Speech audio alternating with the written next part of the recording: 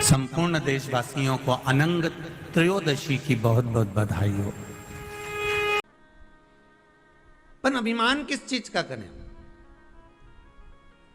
अगर सुंदरता का अभिमान आए तो एक बार चलते हुए रास्ते में अपनी परछाई जरूर देख लेना कि आप कितने भी सुंदर हो पर परछाई काली है। उसी तरह संसार की जितनी वस्तुएं हमको प्राप्त हो रही है, संसार की जितनी वस्तुएं हमको मिल रही है, संसार के जितने लोग हमको मिल रहे हैं, ये सुंदर बड़े होंगे। फ्रिज भी सुंदर है, वॉशिंग मशीन भी सुंदर है, एसी का रूम भी सुंदर है, डनलप का गद्दा भी सुंदर है, ये सोने की रकम भी सुंदर है, ये हाथ में पहनने वाले आभूषण भी सुंदर हैं, गले में धारण करने वाले सारे आभूषण भी सुंदर हैं, सब कुछ सुंदर है। पर ये सुंदरता के साथ में इसकी परछाई भी तो देखो कि ये काली है कि नहीं।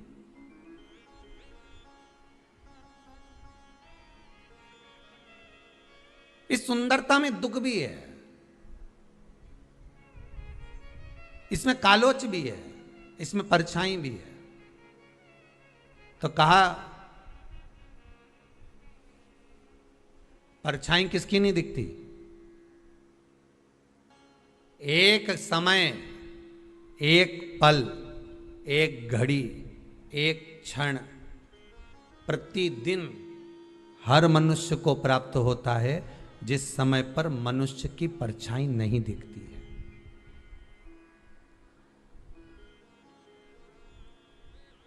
उस समय पर आपको अपनी परछाई नहीं दिखेगी। वो कितनी बजे? दोपहर ठीक 12 बज रहे हो। कितने? जम के बोलिए जरा। आपकी घड़ी के आगे पीछे हो सकता है, अगर घड़ी आगे पीछे होगी तो भले परछाई दिख जाएगी, पर ठीक अभिजीत मुहूर्त में ठीक दोपहर के 12 बज रहे हो और सूर्य तुम्हारे मस्तक पर होगा, उस समय पर परछाई दिखेगी क्या? नहीं। सूर्य थोड़ा सा भी पीछे हुआ, आगे हुआ तो परछाई दिखेगी, पर ठीक सूर्य तुम्हारे मस्तक पर होगा तो परछाई नजर नहीं आएगी। शिव महापुराण की कथा कहती है जिस समय पर सूर्य होता है उस समय पर परछाई नहीं दिखती, उस समय पर केवल तुम ही नजर आते हो, उस समय पर केवल तुम ही रह जाते हो। उसी तरह जिस समय पर तुम्हारे मस्तक पर शंकर की कथा, शिव महापुराण और शंकर के चरण विराजमान होते हैं, तब व्यक्ति को कुछ नजर नहीं आता, केवल महादेव ही नजर आता है, केवल शिव ही नजर आता है, कोई दूसरा नहीं दिख सकता, कोई परछाई नजर नहीं आ सकती। हमें हमारा अंधेरा तत्व नजर नहीं आ सकता, हमें हमारी कालोच नजर नहीं आ सकती, उसमें केवल शिव ही दिखेगा।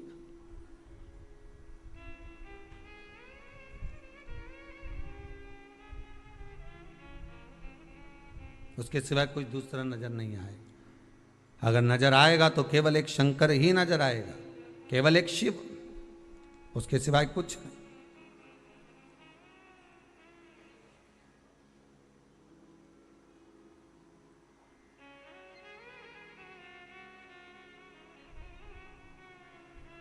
एटीएम पर गए, तुरंत आपने वो अपना जो कार्ड था वो उसमें लगाया, पैसा निकाल के लिया। बोलो सही है कि गलत है? गए, कार्ड लगाया, लेकर आ गए। तो कई लोगों ने एक प्रश्न लिखकर भेजा, गुरुदेव भगवान को भी एटीएम जैसा होना चाहिए। जैसे ही हम मंदिर में जाएं, जैसे ही हम भगवान से प्रार्थना करें, जैसे ही हम भगवान से निवेदन करें और भगवान हमारी बात सुन ले, जल्दी से हमारी गोदी भर दे, जल्दी से भगवान हमें धन दे दे, वैभव दे दे, सत्ता दे दे। पर भगवान बहुत धीरे धीरे सुनता है, बहुत धीरे धीरे। कारण क्या है? शिव महापुराण की कथा कहती है कारण एक है, भगवान देखता सब कुछ है। मेरा मालिक, मेरा दातार, मेरा दयालु, मेरा कृपालु, मेरा दानी दातार देखता सब कुछ है, सब कुछ देखता।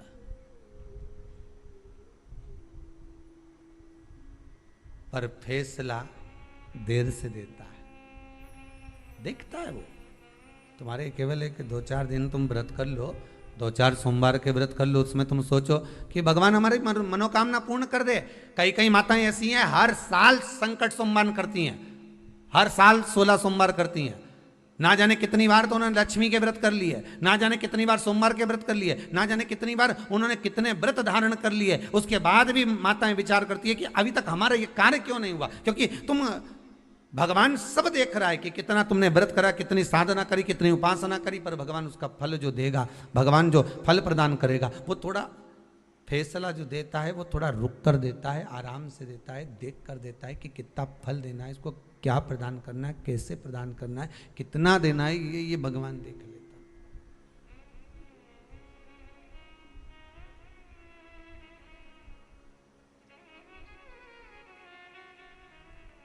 वो जो दे रहा है बस सोच कर विचार कर प्रदान करने में वो देरी नहीं करता, वो देता है।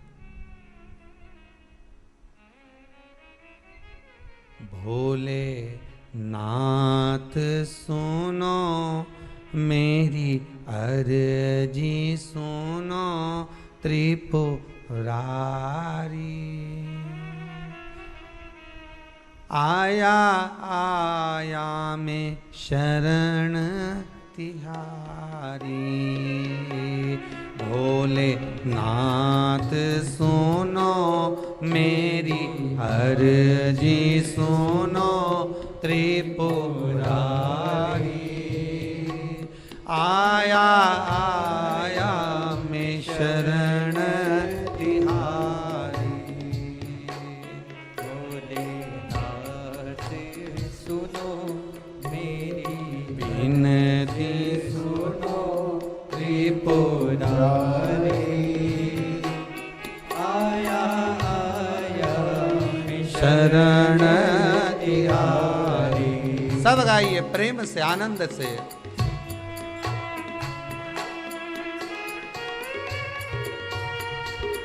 शंभो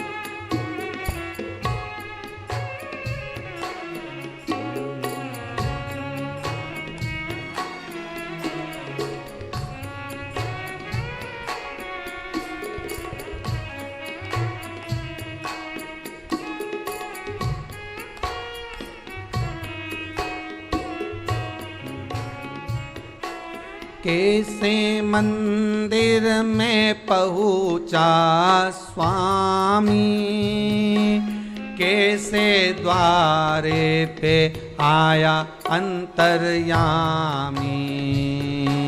कैसे मंदिर में पहुँचा स्वामी, कैसे द्वारे पे आया अंतर्यामी। लड़खड़ा मेरा घबरा मेरा त्रिपुरारी, आया आया में शरण तिहारी। भोलेनाथ सुनो मेरी अर्जी सुनो त्रिपुरारी, शरण तिहारी। आया आया में शरण तिहारी, आया आया में शरण तिहारी।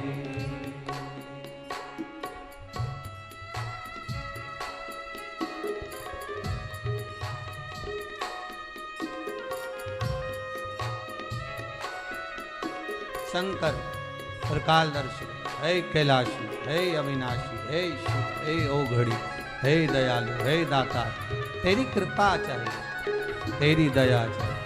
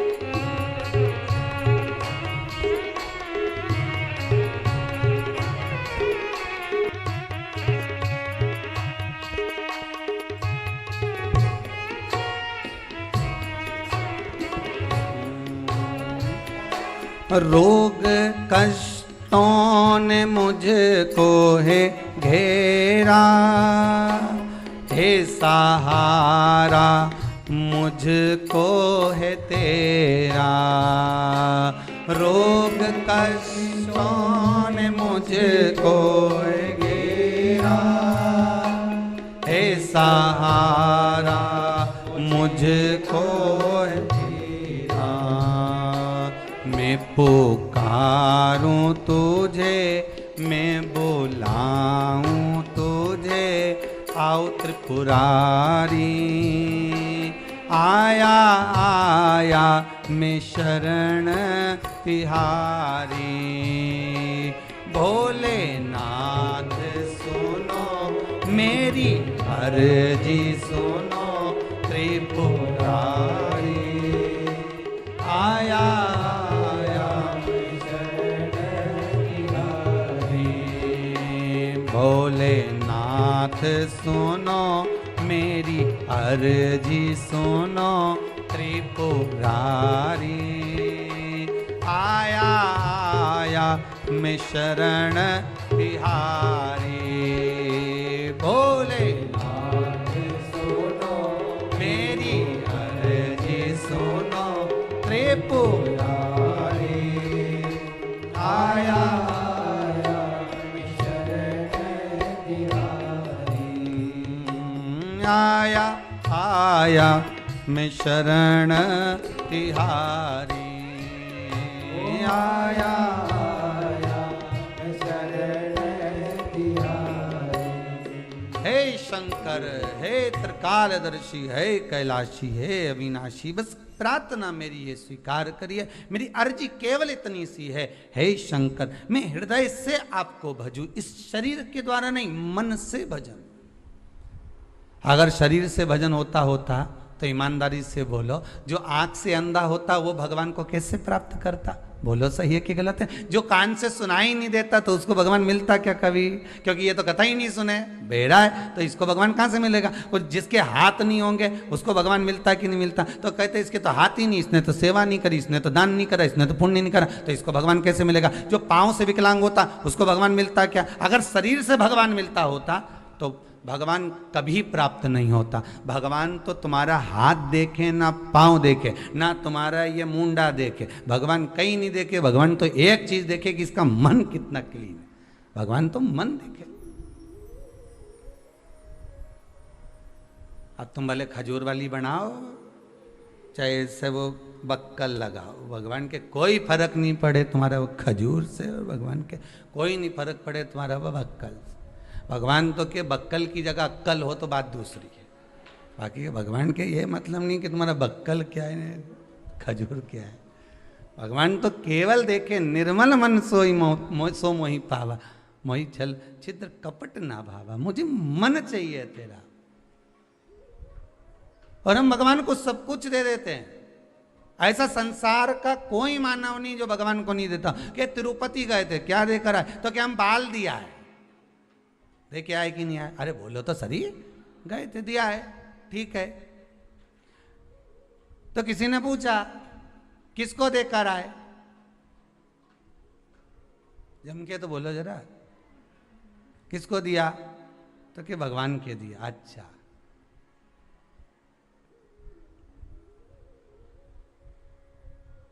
भगवान आकर बोले थे? जम के तो बोलो जरा। नहीं, बोला किसने था? और साथ में जो दोस्त गया था ना, मेरा बेस्ट फ्रेंड, उसने अपने बाल दिए थे। मैंने सोचा भगवान जल्दी प्रसन्न होगा, मैं भी दिया। मना नहीं है, बालाजी को बाल चढ़ाओ, हम मना नहीं करेंगे, पर बात केवल इतनी सी है, बाल तो देकर आए, रुपया भी खूब देकर आए, पर मन नहीं देकर। भगवान कहता है मुझे इन सब वस्तुओं से ज्यादा प्रिय है तेरा निर्मल मन, तेरा स्वभाव, तेरा भाव।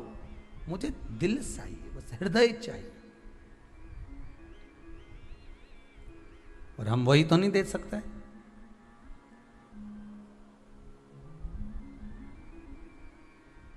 कई कई जगह पर बहन भाई को राखी बांधने जाए नहीं, तो भी बहन तो बहुत दिल लेकर चली जाए, कि अब चलो सियोर वाला महाराज बोला है तो कम से कम अपन चली भी जाए, पर भाई और भाभी का मन नहीं हो तो ईमानदारी से बोलना राखी बांधने में अच्छा लगे क्या? नहीं लगे। फिर बहन भी सोचे इससे तो मैं भगवान को राखी बांध देती, गई जाते से ही भाई का मुंह चढ़ गया, पारा ऊपर नीचे हो गया, मैं क्या करूं? भी नहीं आई, मन नहीं दे पाए। आपसे बारंबार निवेदन है, हर बार निवेदन है और बारंबार करते रहेंगे निवेदन एक ही चीज का कि मन दीजिए, मन दीजिए, मन दीजिए।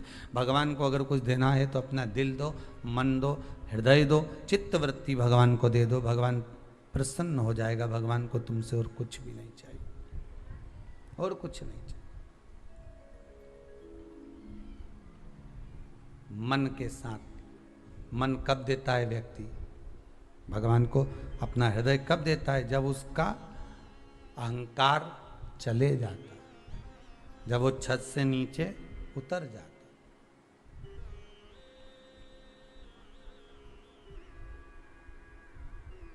बहुत अभिमान है लोगों के, क्या कहें, इतना अहंकार।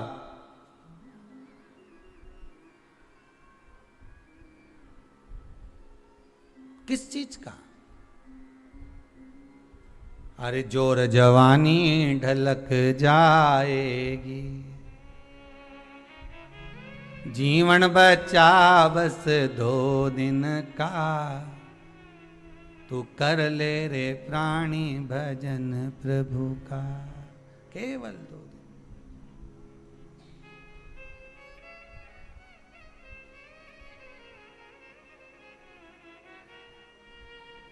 नई नई दुल्हन रहनी तो वो के सब पूछे, छोटी लाड़ी, छोटी दुल्हन, उसके सब पूछे। अब जब वो पुरानी हो जाए तब कोई पूछे? अरे बोलो तो जम के कहीं नहीं पूछे। फिर तो लोग अभी तक नहीं थी ना तो भोजन का भी पूछा कि छोटी ने खाई कि नहीं खाई, भोजन करा कि नहीं करा। बड़ी हो, जब पुरानी हो जाए तो कोई पूछे कि भोजन करा कि नहीं करा, बल्कि उल्टा इसको पूछना पड़े कि तूने भोजन करा कि नहीं करा। मम्मी जी आपने भोजन करा, काका जी ने भोजन कराया, चाचा जी ने भोजन कराया, फिर इसको पूछना पड़ता उल्टा भोजन कर।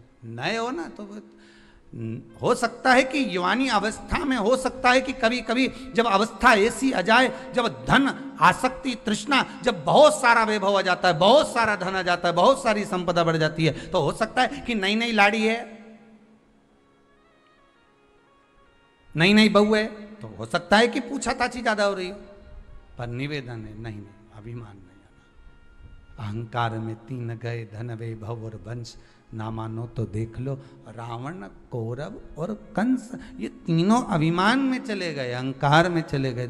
धन भी गया, वैभव भी गया, वंश भी गया, रावण भी गया, कौरव भी गया, कंस भी गया, सब अभिमान में चले गए, सारे अहंकार में चले गए, सब अभिमत्ता में चले गए, सारे गए। व्रत करते समय हमारा अभिमान हमारे सामने नहीं आना चाहिए, दान करते समय हमारा अभिमान हमारे सामने नहीं आना चाहिए, मंदिर जाते समय हमारा अभिमान हमारे सामने नहीं आना चाहिए, गुरु की शरणागति में जाते समय हमारा अभिमान हमारे सामने नहीं आना चाहिए। ये लोगों को कहा जाता ना, जो लोग जब बहुत बड़े बड़े मंच लगते हैं, बहुत बड़े बड़े मंच लगते हैं, तब वहां से बोला जाता है श्रीमान श्री श्री 1008 श्री 108 श्री मठाधीश श्री पीठाधीश श्री ये बहुत सारा तो उनका नाम बोला जाता है, फिर इसके बाद उनका नाम आता है, उसमें पता ही नहीं पड़ता कि नाम कब निकल गया। उन नामों में पता नहीं चल पाता कि वो नाम जो असली नाम था उनका गया कहाँ है, वो नाम चला कहाँ गया। बस यही शिव महापुराण की कथा कहती है कि अभिमान के नाम के साथ में, अहंकार के साथ में तुम्हारा कितना बड़ा उदा है, कितना बड़ा पद है, उससे मतलब नहीं होता। महाराज निर्मल मन अगर आपका है, चित्तवृत्ति आपकी मन निर्मल है, तो भगवान को पाना, उसमें औधा ना निकालना।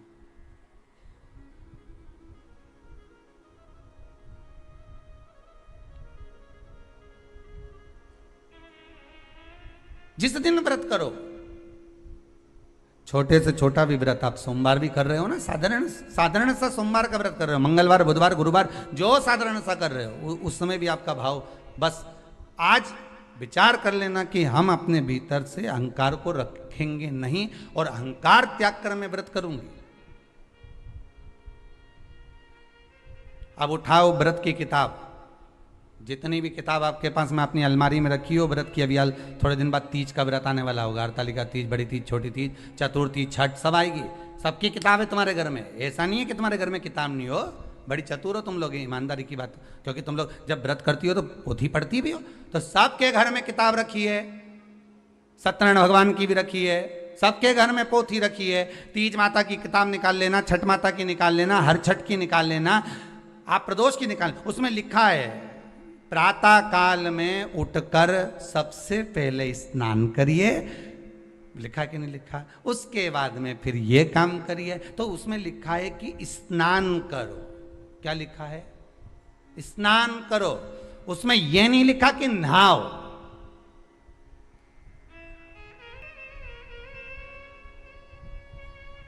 उसमें नहाने का नहीं लिखा, उसमें लिखा स्नान करिए। नहाने और स्नान में अंतर है। नहाने के लिए लोग बाथरूम में जाते हैं, नहाने के लिए लोग गंगा, यमुना, सरस्वती, सरयू आदि अन्य नदियों में जाते हैं। खूब साबुन लगाया, शैम्पू भी लगाया, खूब जोरदार फेस वॉश भी लगाया, खूब नहाए। तो इसमें किताब में जो लिखा, तुम्हारे घर में भी जो किताब है उसमें पढ़ना, उसमें लिखा स्नान करिए सबसे पहले। तो स्नान और नहाने में अंतर है। नहाने का मतलब है कि बाथरूम में गए, सर्फ साबुन लगाया, नहा लिए। नहाने से केवल शरीर साफ होगा, और स्नान का मतलब होता है कि किसी सदगुरु के पास बैठकर, भगवान के सामने बैठकर, एक आसन कुसा का लगाकर उस पर बैठकर भगवान का भजन कर लेना, मतलब स्नान हो गया। या शरीर साफ नहीं करना, या मन साफ करना, आत्मा को निर्मल करना।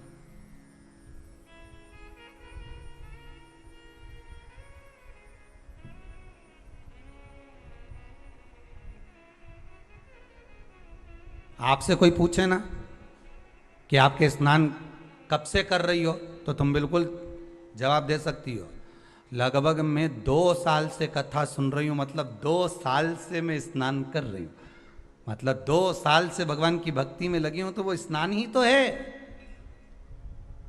भगवान की भक्ति को धारण करना स्नान ही तो है। नहाने और स्नान में अंतर है साहब। गए, बाल्टी में पानी भरा और शरीर पर डाल लिया, साबुन लगा लिया, ये केवल नहाना है, केवल नहाना। स्नान करिए। प्रदोष व्रत के अंदर लिखा हुआ है, व्रत करने वाले को ब्रह्म मुहूर्त में, प्रातः के समय में स्नान करना चाहिए। जिसके यहाँ किताब होगी पढ़ लेना, ठीक है? स्नान करना चाहिए। फिर स्नान के बाद फिर कहा, फिर भगवान का उपासना करो, कुसा का आसन लगाओ, बैठो। कुसा जानते हो सब लोग? जितने लोग आस्था चैनल पर कथा सुन रहे, कुसा जानते हो कि नहीं जानते? डाब, कुसा, कुसा का आसन।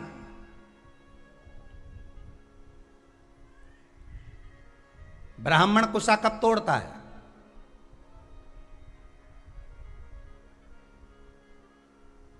ये कुसा कब तोड़ी जाती है? केवल अमावस्या को, केवल अमावस्या। अन्य अमावस्या पर तोड़ेगा तो 1 महीने तक चलेगा।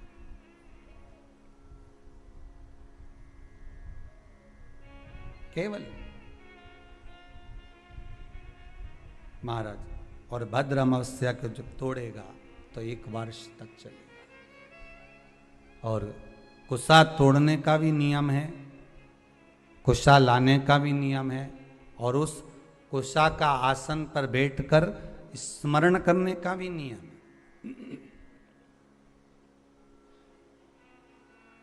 कुशा का आसन पर बैठने का भी नियम है। ये जो बाजार में जो कुशा के आसन मिलते हैं, आप अगर बोलकर बनवाएंगे कि हमको बिल्कुल ओरिजिनल कुशा का आसन चाहिए, हमको असली कुशा का आसन चाहिए, तो आपको प्राप्त होगा। जिनके चेहरे पर आंखों के नीचे कालापन हो जाता है, कुशा का आसन वहां भी काम आता है। कि आप थोड़ी देर, आधा घंटा, 20 मिनट, 25 मिनट जब भगवान की सेवा कर रहे हो कुसा के आसन पर बैठ जाइए। आपको किसी क्रीम की जरूरत नहीं पड़ेगी, किसी आपको पाउडर की जरूरत नहीं पड़ेगी। आप कुसा के आसन पर बैठकर भगवान का भजन करो। जितनी देर बैठ सकते हो उतनी देर कुसा के आसन पर बैठो। 4 दिन, 8 दिन, 15 दिन कर कर देखना, आंखों के नीचे से कालापन समाप्त हो जाएगा। कुसा के आसन में वो तेज बल होता है कि नेत्र की ज्योति भी बढ़ा देता है। कुसा के आसन में वो बल होता है कि आदमी के नेत्रों पर जो चश्मा चढ़ा होता है वो तक समाप्त हो जाता है। पर लोगों ने कुसा का आसन हटा हटा कर आज के जमाने में नया नया ये सब मार्केट में जोरदार जोरदार आसन आए, टंगा रे, कपड़े का आसन मिल रहा है, ऊन का आसन मिल रहा है, इसका आसन मिल रहा है, तो लोग लो मना नहीं है, पर आसन पर भी तुम कुसा का आसन लगाओ। पर कुसा के आसन पर बैठकर जो तुम अनुष्ठान करोगे, कुसा के आसन पर बैठकर जो तुम भगवान चर्चा करोगे, उसका एक बल बढ़ता है। कुसा के आसन, कुसा क्या है? जब माता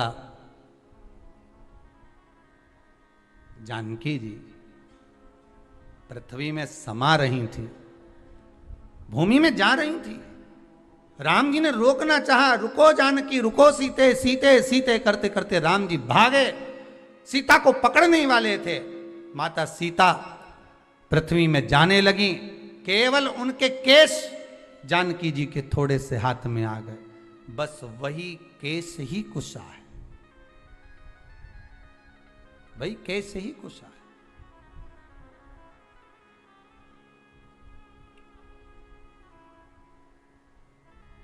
जिस दिन आपका मन कहीं नहीं लगे, बेचैनी अंदर से हो रही हो, भीतर से, हम तो ज्यादा समय तो आपसे नहीं कहेंगे क्योंकि आप इतनी देर बैठोगे भी नहीं, सीधी सीधी बात है। हम कह भी दें कि तुम 1-2 घंटा बैठ जाओ तो नहीं बैठ सकते, तो हम तो इतना कहेंगे कि अगर आपके हृदय में बेचैनी ज़्यादा हो, मन ना लग रहा हो, आज ऐसा लग रहा है कि मुझे कुछ भी अच्छा नहीं लग रहा, आज आपको ऐसा महसूस हो रहा है कि कुछ बुरा होने वाला है, आज आपको ऐसा महसूस हो रहा है कि मेरा कोई अंग फड़क रहा है जिसके कारणवश मुझे कुछ कष्ट हो सकता है,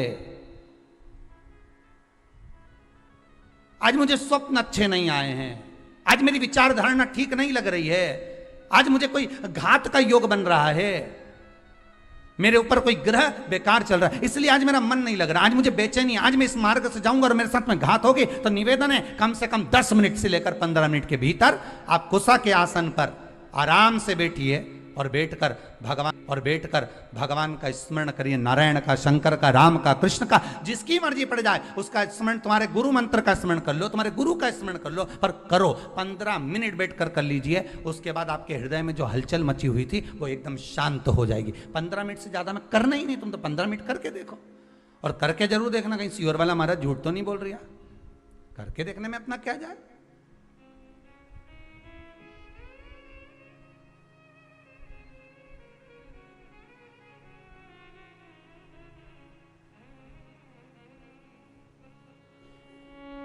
कर देखो, 15 मिनट बैठ जाए, जब हृदय हलचल हो जाए, हृदय में कहीं मन चित्त वृत्ति सब डामाडोल हो रही हो, लग रहा हो कि आज कुछ बुरा होने वाला है, बैठ जाओ कुसा के आसन पर, बैठ जाइए। पर उस कुसा में वस्त्र नहीं होना चाहिए। वस्त्र से मतलब जान लीजिएगा, बहुत अच्छे से कहेंगे, कुसा का जो आसन होता है उस आसन में चारों तरफ लाल कलर की लोग पट्टी लगा देते हैं, बहुत ध्यान दीजिएगा। आसन कुसा का अगर है तो उसमें जो नायलॉन प्लास्टिक की बद्दी से उसको सिल के बनाते हैं, ये भी हमारे इसमें नहीं है। हम केवल कुसा के आसन की बात करते हैं, और कुसा का आसन अगर बना सकती है तो केवल घर की नारी ही बना सकती है। घर की नारी कैसे बनाएगी? उसको धागे से सिलती जाएगी, धागे से सिलेगी, आसन तैयार कर लेगी, और उसमें कोई प्लास्टिक नहीं होगा, उसमें कोई पॉलीथीन नहीं लगी होगी, उसमें कोई पन्नी नहीं लगी होगी, केवल उसमें धागा लगा हुआ होगा, धागा, और उसमें कोई किनारी नहीं। जब तक चले चले फिर उसको सिल लीजिए। पर आसन कुसा का हो जो केवल आपकी भक्ति के लिए हो, उसको थोड़ी देर बाद आप उठा के रख दो, बैठे हो जब तक बैठो, उसके बाद उठा दो, उसको लपेट कर रख दीजिए। और होता है कहीं कहीं आपने दर्शन करा होगा, बिना किन्नौर का भी आसन आता है। आप लोगों को तो ज़्यादा मालूम होगा क्योंकि आप लोग मार्केट ज़्यादा घूमते रहते हो। तो बड़े बड़े मॉलों में जाते रहते हो तो आप लोगों को तो ज़्यादा मालूम होगा कि कुसा का जो आसन होता है, उस कुसा के आसन की महत्वता को अगर व्यक्ति जानता है तो वो कुसा के आसन पर बैठकर भगवत भजन करेगा। कई लोग पूछते हैं महाराज जी, शंकर जी का भजन करना है तो कौन से आसन पर बैठना है, देवी जी का भजन करना है तो कौन से आसन पर बैठना है, लक्ष्मी जी को प्राप्त करना है तो कौन से आसन पर बैठना है, माला कौन सी जपना है, शंकर जी को जपना है तो कौन सी माला से जपना है, भगवान नारायण को जपना है तो कौन सी माला से जपना है, लक्ष्मी जी को जपना है तो कौन सी माला से जपना है। तो सीधा सीधा यहाँ तो शास्त्र में तो लिख दिया उन्होंने कि लाल कलर का आसन पे देवी जी की आराधना होती है, काले कलर के आसन पर शंकर की आराधना होती है, नारायण की आराधना कुसा के आसन पर होती है, तुलसी की माला से भगवान राम कृष्ण हरि का दर्शन आप स्मरण कर सकते हो, रुद्राक्ष की माला से शंकर और पार्वती का स्मरण कर सकते हो, कमल गट्टे की माला से आप लक्ष्मी का स्मरण कर सकते हो, हल्दी की माला से आप सरस्वती का स्मरण कर सकते हो। ये तो सब शास्त्रों में लिख दिया कि आप इस माला से इसको जप सकते हो, आप इसको प्राप्त कर सकते हो। पर अगर हमारे पास में कुछ भी नहीं है, कोई काला आसन नहीं, कोई लाल आसन नहीं, कोई ये आसन नहीं, तो आप कुसा का आसन, मात्र कुसा का आसन बिछा लीजिए, बहुत बस परमात्मा प्राप्त कर लेगा। जिस देवता को भाग दोगे, देवी को, देवता को, शंकर को, नारायण को, राम को, कृष्ण को, जिस देवता को आप भाग दे रहे हो उसको प्राप्त हो जाए। उद्यापन करते हो किसी व्रत का? बोलो हर हर महादेव। उद्यापन करते हो व्रत का? संकट सोमवार का व्रत करते हो तो उद्यापन करते हो, 16 सोमवार का व्रत करते हो तो उद्यापन करते हो। कोई भी व्रत आपने करा, संतोषी माता का करा, एकादशी का करा, प्रदोष का करा, तो उद्यापन करते हो। उद्यापन का मतलब क्या होता है?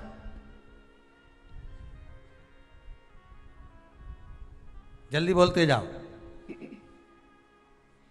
जितने लोग आस्था चैनल पर कथा सुन रहे हैं, उद्यापन का मतलब क्या होता है?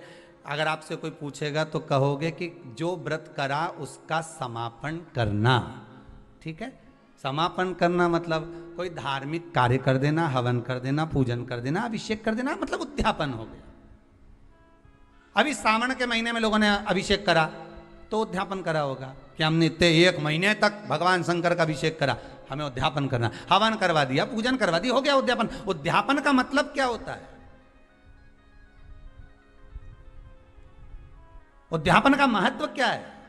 केवल कार्यक्रम जो एकादशी करी थी उसका उद्यापन कर दिया, चतुर्थी करी उसका उद्यापन कर दिया, चौथ माता का उद्यापन कर दिया, छठ माता का उद्यापन कर दिया, तीज माता का उद्यापन कर दिया, हमने ये वाली माता जी का उद्यापन। उद्यापन का मतलब है क्या?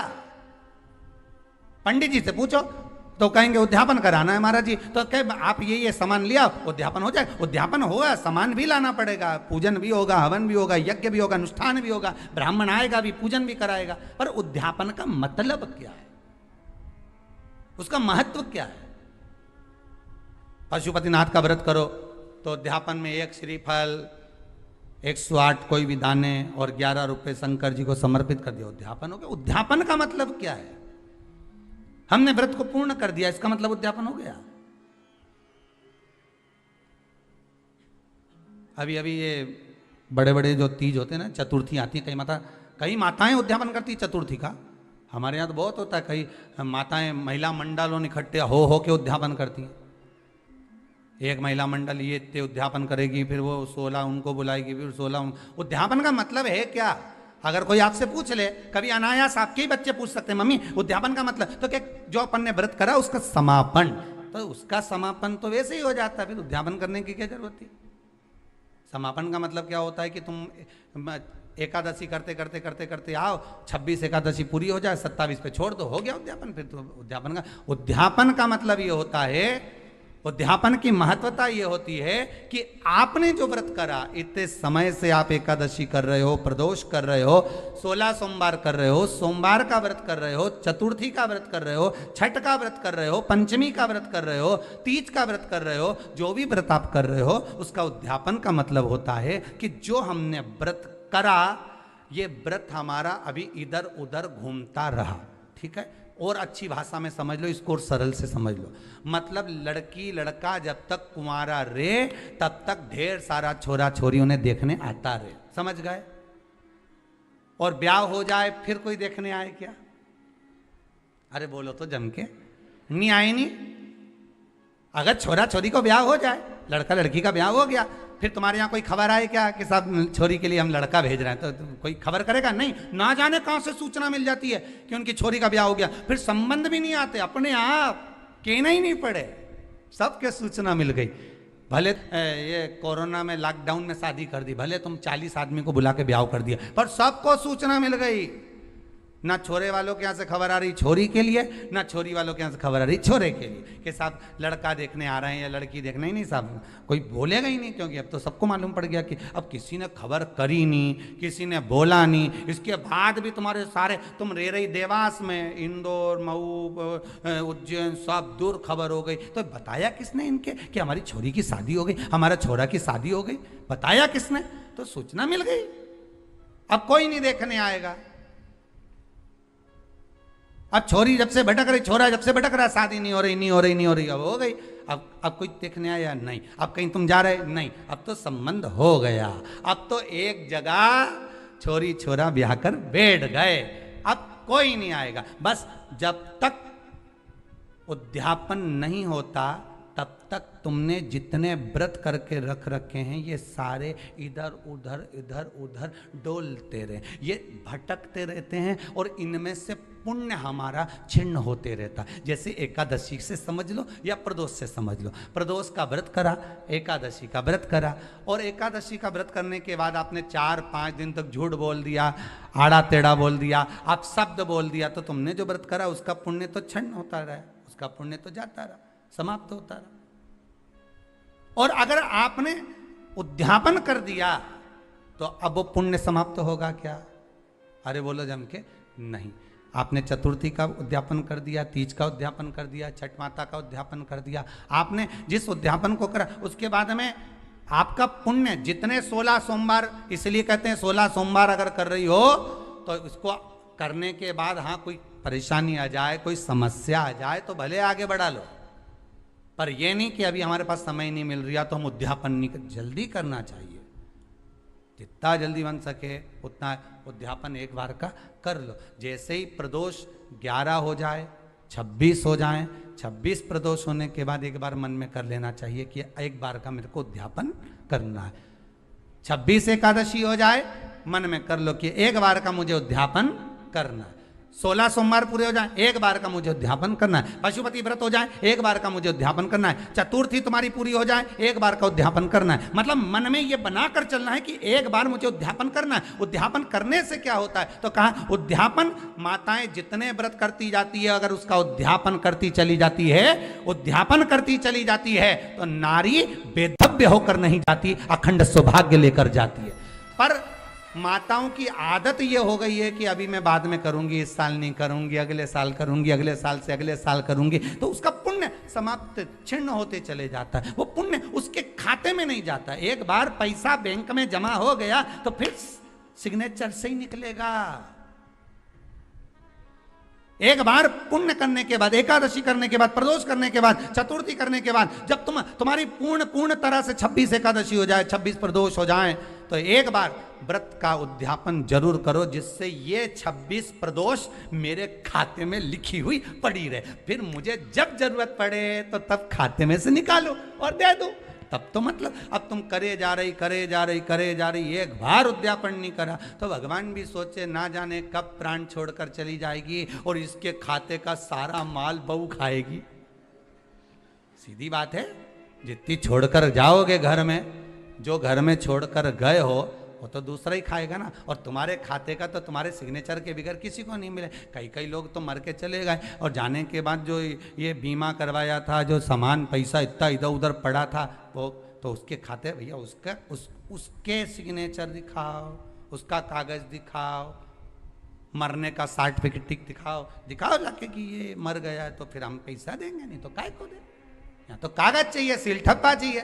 भगवान भी कहेगा नीचे तूने एकादशी तो खूब करी, नीचे तूने प्रदोष तो खूब करा, चतुर्थी भी करी, तीज भी करी, छठ भी करी, सारे व्रत तूने करे, सोमवार मंगल बुध गुरु शुक्र शनि सारे करे, उद्यापन कौन से का करा? अब उद्यापन करने के बाद जो तू 26 कर आया, 11 कर आया, उसका खाते में तेरे पड़ा हुआ है।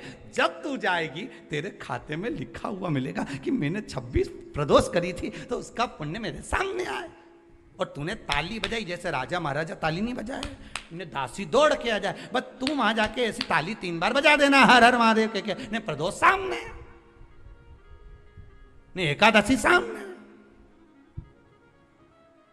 वो सामने, और फिर वो प्रदोष माता फिर प्रदोष पूछेगी, भगवान शंकर के गण पूछेंगे, तुमने ताली बजाई, हुजूर बोलिए क्या बात है। बस ये मेरे को नरक ले जा रहे हैं, 94 तरह का नरक में डालने की बात कर रहे हैं मेरे को, मैं कौन समझ जा, बस मेरे को नरक में डालने की बात कर रहे हैं। अब बोलो। तो प्रदोष तुरंत सामने आके खड़ी हो गई, क्या बात करते हो साहब, इनने 11 प्रदोष का व्रत करा है, इनने 26 प्रदोष करी, तो कि करी तो खूब सारी, पर इसने उद्यापन एक का भी नहीं करा है, तो भले नहीं करा पर व्रत तो कि सील रजिस्ट्री होगी प्लाट पे तो मकान बनाने में दिक्कत नहीं आएगी, कब्जे की जगह पे अगर मकान बना होगा तो कभी भी सरकार खाली करा दे, तो सील लगवाओ, उद्यापन की थप्पा लगना चाहिए कि हमने इतना हमारा खाते का है। यहाँ तो लोग भागवत जी कराते हैं तो भी उद्यापन करते हैं, बोलो होता कि नहीं होता? 7 दिन की भागवत के बाद हवन होता है, बोलो तो होता है नहीं? शिव महापुराण के उद्यापन में शिव पुराण पूरी होती है तो अभिषेक होता है, रोज भी होता है और आखिरी दिन बड़ा अभिषेक हो जाता है, उद्यापन तो है। भागवत पूरी होए तो लोग भंडारा करें, शिव पुराण पूरी हो तो भी लोग प्रसाद पावे, तो ये एक उद्यापन का महत्व हर जगह कि इसका पुण्य इनके खाते में जाना चाहिए, उनके खाते में पहुंचना।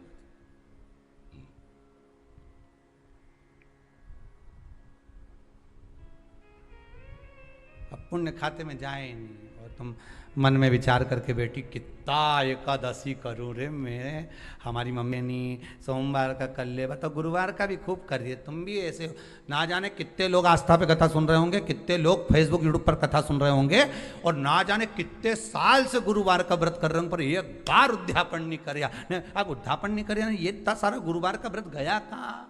हम तो खूब कर, ऊपर जाते से तुम भगवान गुरु महाराज से लड़ोगे, बृहस्पति देवता से, क्यों हमारा व्रत कहाँ गया, हमने तो इतना करा था। बृहस्पति महाराज बोले करा तो था पर सील ठप्पा नहीं लगा था, कब्जे की जगह पे बैठे थे, जा धक्का मार निकाल दिया। अगर रजिस्ट्री होती तो बात दूसरी होती। हाँ, अगर रजिस्ट्री होती तो बात दूसरी होती। कब जाकर कर बैठे हो तो फिर नहीं हो सकता।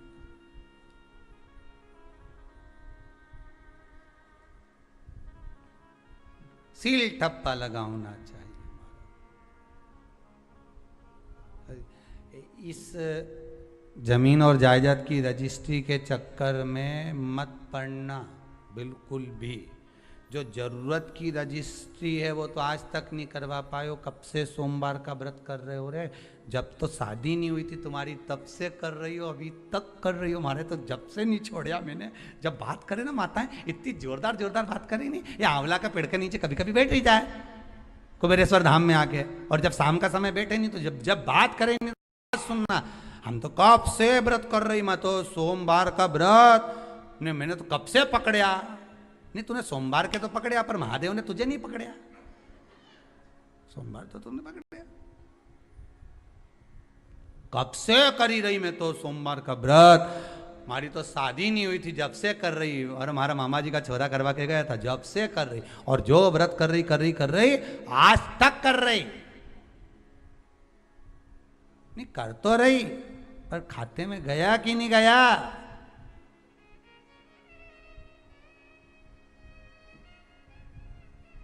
चेक तो करो कि तुमने जो विठले सेवा समिति को जो दक्षिणा दान दी है, मंदिर के लिए, गौशाला के लिए, वृद्धाश्रम के लिए, भोजन भंडारे के लिए तुमने अमाउंट डलवाया है, वो सही जगह पहुंचा कि नहीं पहुंचा? पहले पूछो तो फोन लगा के ऑफिस में, क्यों महाराज जी आ गया कि नहीं आया?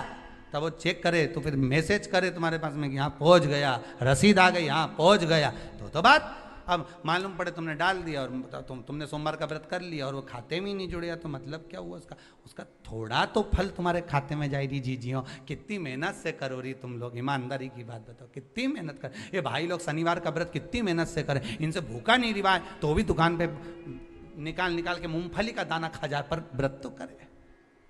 भले वो किराना की दुकान में सामान निकाल के खा जाए पर व्रत तो करे। मखाना निकाल ले, कभी बादाम निकाल ले। और लोग ग्राहक भी पूछे आज सेठ जी क्या भूख ज्यादा लग रही? नहीं, आज हमारा व्रत है। काहे का? शनिवार का। अच्छा, इतना में तो ग्राहक भी बोल जाए तुम्हें व्रत की क्या जरूरत है, तुम शनि से कम हो क्या? तो बोल व्रत करो।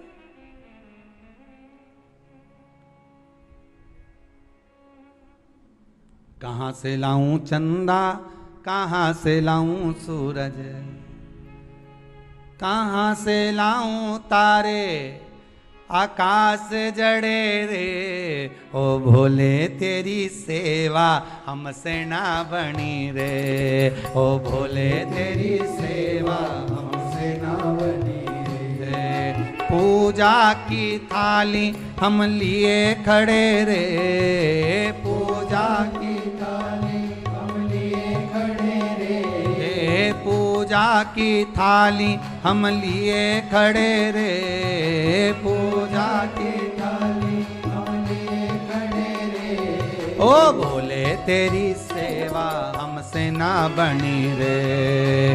भोले तेरी सेवा हमसे ना बनी रे। ओ भोले तेरी सेवा हमसे ना बनी रे। भोले तेरी सेवा हमसे ना बनी रे। ओहो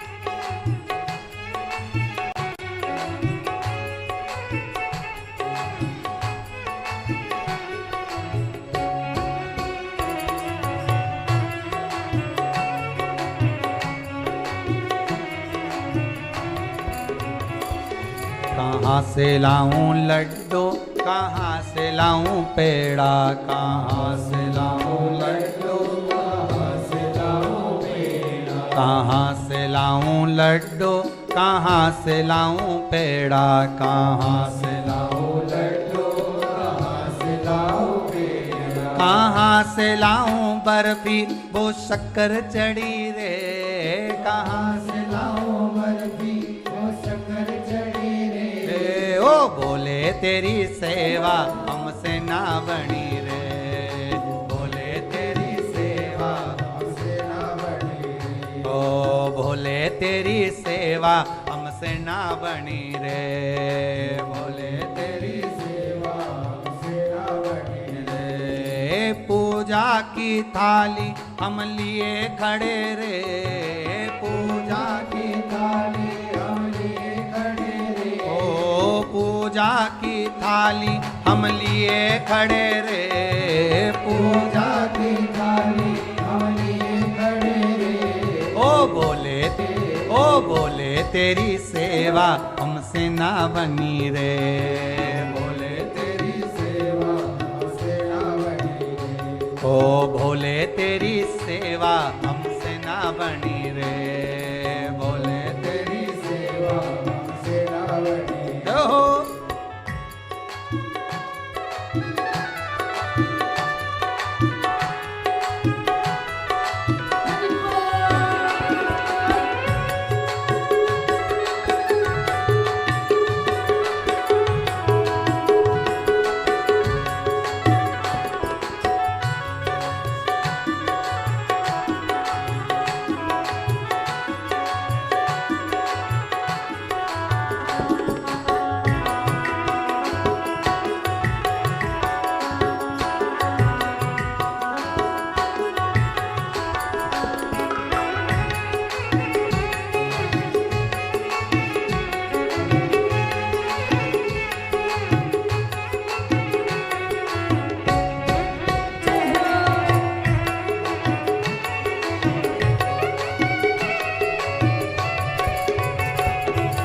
कहाँ से लाऊं गंगा, कहाँ से लाऊं यमुना, कहाँ से लाऊं गंगा, कहाँ से लाऊं यमुना, कहाँ से लाऊं गंगा, कहाँ से लाऊं यमुना, कहाँ से लाऊं गंगा, कहाँ से लाऊं यमुना, कहाँ से लाऊं सरयू अपार पड़ी रे, कहाँ से लाऊं सरयू अपार पड़ी रे, कहाँ से लाऊं सरयू अपार पड़ी रे, कहाँ से लाऊं सरयू अपार पड़ी रे। ओ बोले तेरी सेवा हमसे ना बनी रे, बोले तेरी सेवा हमसे ना बनी रे, बोले तेरी सेवा हमसे ना बनी रे, बोले तेरी सेवा हमसे ना बनी रे। पूजा की थाली हम लिए खड़े रे, पूजा की थाली हम लिए खड़े रे, ओ पूजा की थाली हम लिए खड़े रे, पूजा की थाली हम लिए खड़े रे। ओ बोले तेरी सेवा हमसे ना बनी रे, बोले तेरी सेवा हमसे ना बनी रे, ओ भोले तेरी सेवा हमसे ना बनी रे, भोले तेरी सेवा हमसे ना बनी रे, ओ भोले तेरी सेवा हमसे ना बनी रे, भोले तेरी सेवा हमसे ना बनी रे, ओ भोले तेरी सेवा हमसे ना बनी रे, भोले तेरी सेवा हमसे ना बनी। हर हर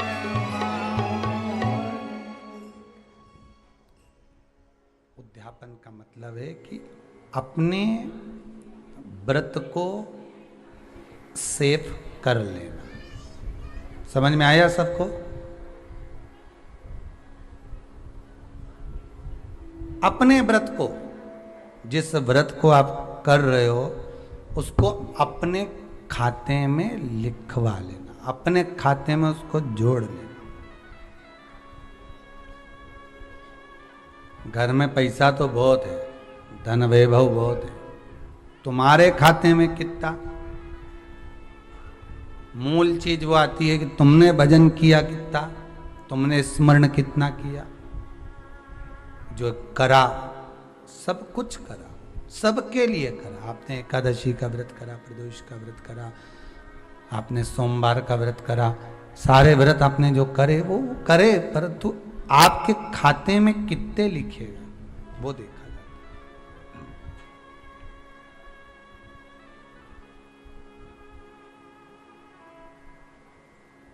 वैसे तो मुझे उम्मीद है, हमको इस व्यासपीठ से तो उम्मीद है कि आप लोगों ने सबने जितने व्रत आप करती हो तो अध्यापन जरूर करे होंगे। वैसे तो सब लोग जो समझदार हैं वो तो करते ही करते हैं, उनको तो मालूम ही होगा। पर अगर रह गए हो, नहीं कर रहे हो, तो प्रयास करिएगा। जो भी आप व्रत 26 व्रत कोई से भी आपके जैसे पूरे अधिक मास के हर महीने के जब व्रत पूर्ण हो जाएं तो प्रयास करा करो कि हम जो है रिटर्न व्रत, प्रयास करा करो कि हम व्रत का उद्यापन अवश्य करें। उद्यापन मूल है। व्रत की एक एक बात को हमको समझना है, व्रत की एक एक चरित्र को हमको ध्यान करना है। प्रदोष की कथा में लिखा है, त्रयोदशी व्रत की कथा में लिखा है, प्रदोष की व्रत की कथा में लिखा है कि सुबह ब्रह्म मुहूर्त में उठो, स्नान करो। ठीक है, केवल प्रदोष से मतलब नहीं है। एकादशी का अगर व्रत कर रहे हो तो उसमें भी वर्णन है, ब्रह्म मुहूर्त में उठो, स्नान करो। ठीक है। दूसरा, आसन लगाओ स्नान करने के बाद, काय का अभी बताया था, जम के बोलो कुसा का। 5 चीजों के लिए कुसा का आसन सर्वश्रेष्ठ है। 5 बीमारियों के लिए, 5 रोगों के लिए कुसा का आसन सर्वश्रेष्ठ। पहला, नेत्र के लिए, पहला, नेत्र की बीमारियों के लिए कुशा का आसन श्रेष्ठ है। एक प्रयास और करिएगा। जिस समय पर किसी की आंखें आ जाएं, आंखें आना मालूम है ना, आंखें आने का मतलब ये नहीं होता कि 2 की जगह और 4 आ जाएंगे। नहीं तो तुम कह दो कि गुरुजी बोले हैं कि आंखें आ जाए तो और अलग से एक्स्ट्रा आएगी हो। नहीं तो दुनिया के लोग बड़े जरा जरा समझदार ज़्यादा है ना, तो उनको जरा एक एक चीज़ समझ लेना चाहिए बिल्कुल हो। नहीं तो तुम वही फिर वही वाली बात आ जाएगी। अभी फिर काली मिर्ची, फिर वही बात आ जाएगी। क्या जाए, आंखें आने का मतलब होता है कि नयनों में एक रोग हो जाता है जिसमें उसको कीचड़ आने लगता है नेत्रों में और जाले बनने लगते हैं, उसको कहते हैं नेत्र आना, आंखें आना। ठीक है, सारी दवाई आप करा लो, डॉक्टर को दिखा लो, सब कुछ कर लो, एक प्रयास करना नेत्र के लिए कि कुशा का आसन हो, उस आसन पर बैठकर अपने दोनों पंजे जब आसन पर रखा जाए और आप आराम से बैठ जाएं, प्रयास जहां तक हो कि कुशा के आसन पर कपड़े से ज़्यादा स्पर्श होने की जगह पर अपने शरीर का भाग स्पर्श हो, पंजे ज़्यादा स्पर्श हो, और वहाँ बैठकर आप भगवान की भक्ति को आधा घंटा रोज प्रतिदिन करिए। 2 दिन 2.5 दिन, बस 2 दिन भी कर लिया, 2.5 दिन भी कर लिया, 3 दिन भी कर लिया, नेत्रों से जो नेत्र आना है, भले तुमने दवाई डाली ना डाली, पर वो रोग धीरे धीरे 2 दिन के अंदर समाप्ति पर आ जाएगा। 2 दिन के। हृदय के लिए कुशाकासन महत्व रखता है। जिसको डॉक्टर ने कह दिया कि तुम्हारी नाड़ी ब्लॉक हो चुकी है, बाईपास करवाना पड़ेगा, तुम्हारी नाड़ियां चोक हो गई है, और अगर डॉक्टर कहे कि तुम्हारे पास में 22 दिन है, 25 दिन है, 1 महीना है, और तुम इसके बाद में आकर अपना बाईपास करवा लेना, बाईपास सर्जरी करवा लेना, या आपकी नाड़ियां जो चोक हो गई है वहां पर हम रिंग डाल देंगे, छल्ला डाल देंगे और वो उसको क्लियर कर देंगे। होता है कि नहीं होता? कहते हैं डॉक्टर, कईयों को कह देते हैं कि नस चोक हो गई, नाड़ी चोक हो गई। उसके लिए जिसको हृदय का रोग हो जाता है, जिसकी नाड़ियां चोक हो जाती हैं, डॉक्टर कहे बाईपास कराना पड़ेगा, और 20 दिन अगर डॉक्टर दे दे तो उसमें से 5 दिन आप कुशा के आसन पर बैठो। 5 दिन तक प्रयास करना कि कुशा के आसन पर जितना प्रयोग कर सको। अगर कहीं बैठे भी हो कुशा के आसन पर, कहीं आप सोफे पर बैठे हो, गादी पर बैठे हो, पलंग पर, जहां बैठे हो वहां उस कुशा को बिछा लो थोड़ी देर के लिए।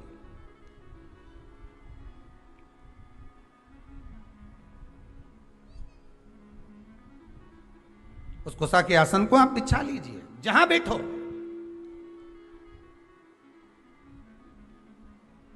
वो तो लोगों को थोड़ी सी शर्म आती है, नहीं तो हम तो कहने में पीछे नहीं हटेंगे कि आपके यहाँ जितने सोफे लगे हैं ना, हम तो कहेंगे उसकी जगह ये जो तुम लोग वो बिछाते हो ना, सोफा का सेट, सोफा का सेट नहीं रहे, वो क्या बोलते हैं उसके ऊपर कपड़ा बिछाते, क्या बोलते हैं उसको, सोफा का कवर।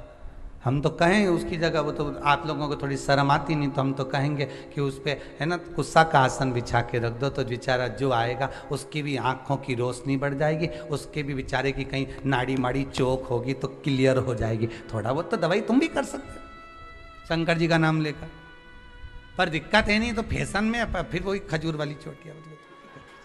अब फैशन ही नहीं दिखे तो फिर इतना जोरदार जोरदार मार्केट में क्या जोरदार जोरदार सोफा का कवर आवे, कितना जोरदार जोरदार सामान आवे, अब तुम उसको देखें कि इसको बिछा। अब सीवर वाला महाराज के कहने में चले तो आसन बिछा दे, तो मतलब लोग क्या कहेंगे बताओ, क्या कहेंगे? आसन, कुशा का आसन तो लोग फैशन में हटा दिए, नहीं तो अब तो पहले लोग पूजन करने बैठते थे तो कुशा का आसन लगाते थे, आजकल तो कपड़े का आसन, ऊन वाला आसन, ये सब जोरदार जोरदार गद्दे वाले आसन, कढ़ाई वाला आसन, जब जाए कहीं से दुकान पे से ऐसा ऐसा आसन लाए कि उसको बिछा दिया। अब फैशन में बिछे, दूल्हा दुल्हन के नीचे पहले कुशा का आसन बिछा के शादी फेरे पड़ा। अब आज के ज़माने में तो इतनी बड़ी कुर्सी रहे उनकी भी जोरदार, उस पर बिठा है, वो भी पूरा लहंगा महंगा नहीं, फिलाई नहीं बिठा, फिला फिर बैठे।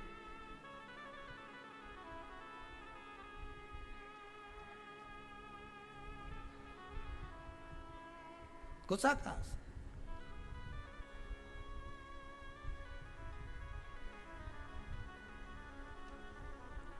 दूसरा, पहला नेत्र का रोग, दूसरा हृदय का रोग, ठीक है। तीसरा शरीर की चर्म रोग, चमड़ी का रोग। जब चमड़ी कहीं से कालेपन पर आ गई, कहीं झुर्रियाँ पड़ने लगी, चेहरे के नीचे, नेत्र के नीचे थोड़ा सा कालापन अगर आ गया, तो फिर के आसन का प्रयोग करिए, कुसा के आसन पर बैठना प्रारंभ करिए। तीसरा है चर्म। चौथा, कुसा के आसन के लिए उदर से जुड़ी हुई जितनी भी परेशानियां होती हैं, आपको उदर से जुड़ी हुई जितनी भी परेशानियां हो, प्रयास करिए कि आप पूजन कुसा के आसन पर बैठकर करेंगे तो आपके उदर से जुड़ी हुई जितनी भी परेशानियां हैं, भोजन नहीं पचना, एसिडिटी होना आदि आदि, आप कर कर देखिए, कुसा के आसन पर बैठ कर देखिए, आपको उसमें आनंद की अनुभूति हो जाए, सुख मिले।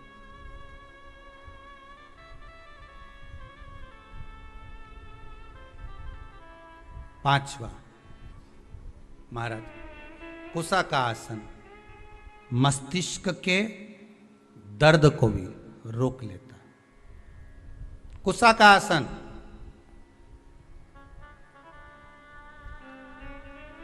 ज्यादा जब मस्तिष्क में दर्द हो, कुसा का आसन तुम्हारे घर में हो, उस पर पांव रखकर 7 मिनट, 8 मिनट, 10 मिनट खड़े हो जाओ, भगवान का नाम जाप करो, जो मंत्र आपको आता हो, जिस मंत्र से आप जुड़े हो, जिस मंत्र को आप जप सकते हो, ओम नमः शिवाय, श्री शिवाय नमस्तुभ्यम, ओम, जो राम कृष्ण शिव जो तुम जप सकते हो वो मंत्र जपो, वो मंत्र का स्मरण आप करो और उस मंत्र को आप जपो खड़े रहकर।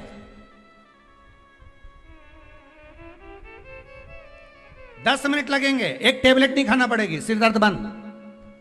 कुसा के आसन में वो तेज पुंज होता है, कुसा के आसन में वो बल होता है, कुसा के आसन में वो बलता रहती है महाराज, कुसा के आसन में वो तेज पुंजता रहती है, आपको वो बल प्राप्त होता है। तो प्रदोष व्रत का नियम जो आप ले रहे हैं, प्रदोष व्रत को जो आप श्रवण कर रहे हैं, उसको जरा ध्यान से सुनिएगा। सबसे पहले स्नान ब्रह्म मुहूर्त का, सुबह का, उसके बाद में फिर आसन पर बैठकर भगवान की भक्ति को धारण करना, शंकर का अनुमोदन करना, शिव भक्ति में डूबे रहना, शंकर का स्मरण करना, शंकर के नाम का स्मरण करते रहना, ये प्रदोष का मूल तत्व है महाराज।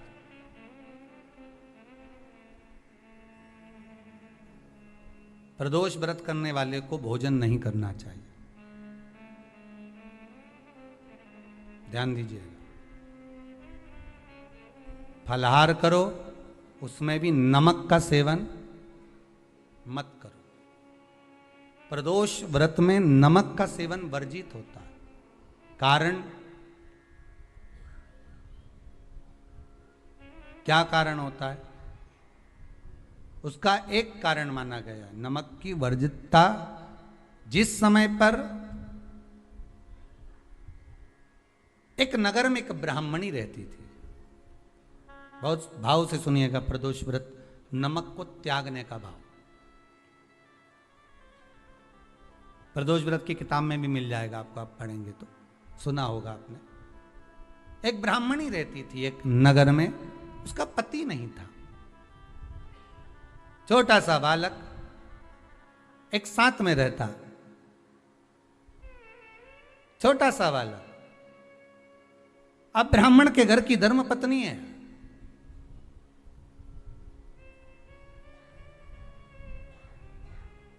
ब्राह्मण कर्मकांड करने वाला, पूजन करने वाला, पाठ करने वाला, अनुष्ठान करने वाला, पूजन करने वाला, मंत्र जाप करने वाला, भगवत भक्ति में डूबने वाला। ब्राह्मण तो चले गया, ब्राह्मणी बच्चे के साथ रह रही, क्या करे वो, अकेली निवास कर रही,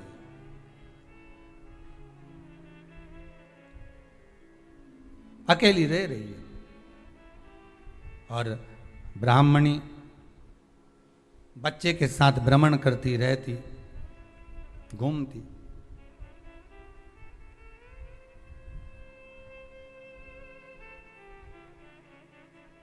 कहीं कहीं दर दर जाकर कुछ भिक्षा को मांग कर लेकर आ जाती, और भिक्षा लाने के बाद में उस भिक्षा को जब लेकर आती तो अपने बच्चे को भी खिलाती और स्वयं भी उसका पान करती।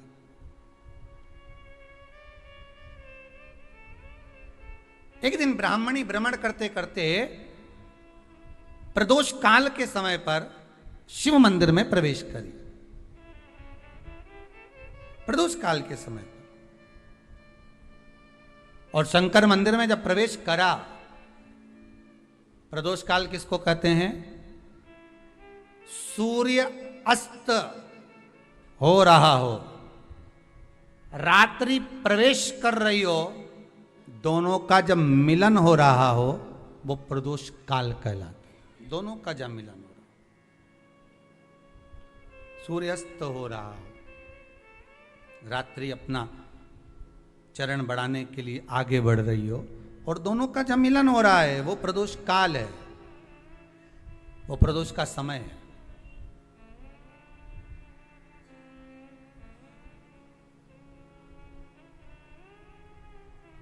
ब्राह्मणी मंदिर में प्रवेश कर रही, जब ब्राह्मणी मंदिर में प्रवेश करी, मंदिर के अंदर पहुंची, प्रदोष काल का समय था, प्रदोष का समय चल रहा था, और प्रदोष काल के उस समय में, प्रदोष काल के उस समय में जब ब्राह्मणी ने देखा कि कोई भगवान की भक्ति में लगा हुआ है, भगवान के रस तत्व में डूबा हुआ है, आज ब्राह्मणी के पास में कुछ पदार्थ नहीं है, अपने बच्चे का पेट भरने के लिए कोई सामग्री नहीं है, और कुछ आस लेके वो प्रवेश करी है, कुछ आस लेकर वो अंदर प्रवेश कर जाती है।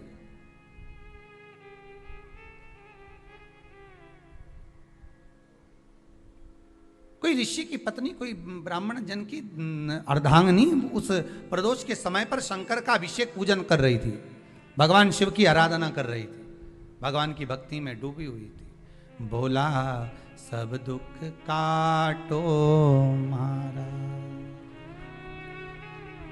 भक्ति में डूबी हुई है, भगवान के स्मरण में डूबी हुई है। भोला सब दुख काटो मारा, शिव शंकर जपो तेरी माला, भोले बाबा जपो तेरी माला, भोला सब दुख काटो मारा। ओ भोला, आवाज ऊंची नीची हो रही, सब दुख काटो मारा। वैश्य है मंगल मंगलकारी, वैश्य है मंगल मंगलकारी। अब ठीक है। अवधूत रूप तुम्हारा, अवधूत रूप निराला, भोला सब दुख काटो, शंभु सब दुख काटो। शीश पे गंगा मस्तक पे चंदा, शीश पे गंगा मस्तक पे चंदा, अवधूत रूप निराला, अवधूत रूप निराला, भोला सब दुख काटो।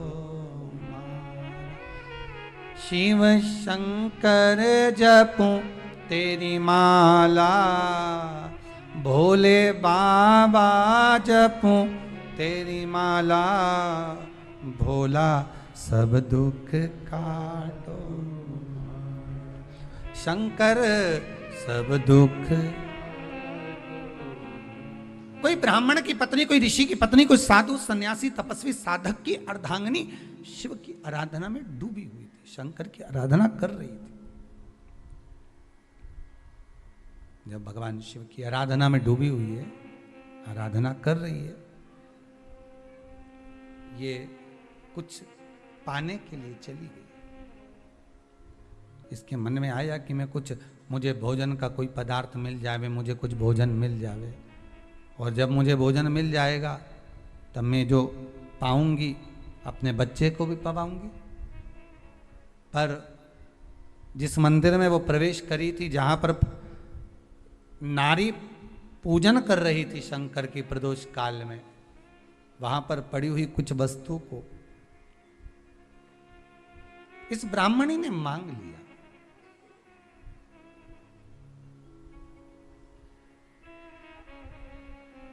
मेरे बालक को बहुत भूख लगी है, मेरा बच्चा बड़ा भूखा है, इसके भोजन के लिए थोड़ी सी सामग्री दे दीजिए, इसके भोजन के लिए थोड़ा सा कुछ रसतत्व दे दीजिए। उसने उठाया थोड़ा सा पदार्थ, कुछ जो उसके पास में था वो दिया। जब दिया तो देने के बाद जब उसे प्राप्त हुआ और होने के बाद में जब वो मिल गया उसको, तो उसने उस समय पर उस पदार्थ को जैसे ही मुख में लिया, लेते ही कहा इसमें तो स्वाद नहीं है।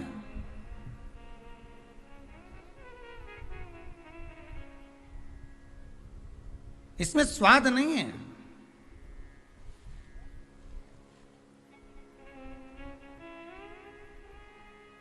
उस ब्राह्मणी ने बड़ा सुंदर एक संवाद कहा।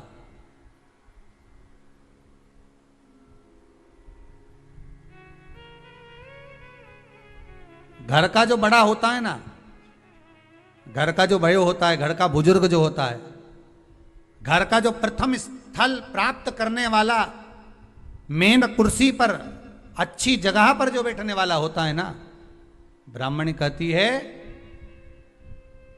वो कभी किसी वस्तु में ऐब नहीं देखता, मिनक नहीं निकालता। जब समाज के अन्नकूट होते हैं, समाज के जब अन्नकूट होते हैं महाराज, समाज के जब अन्नकूट होते हैं, बड़ी बड़ी समाजों में जब कार्तिक महीने में अन्नकूट महोत्सव होते हैं, बहुत सारा प्रसाद बनता है। जो बुजुर्ग होते हैं ना, बड़े समझदार लोग होते हैं ना, तो अन्नकूट की जब प्रसाद खाने बैठते हैं ना, उसमें नमक नहीं भी होता ना, तो नहीं बोलते कि इसमें नमक नहीं है।